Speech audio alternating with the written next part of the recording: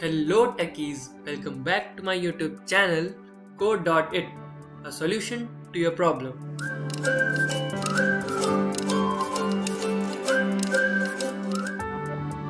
And if you are new to this channel, then hit on the subscribe icon and be a part of Code.it family.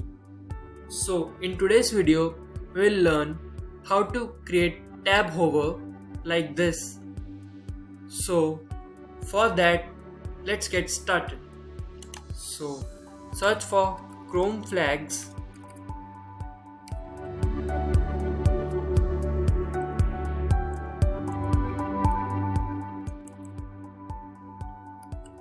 hit enter, then search for tab hover.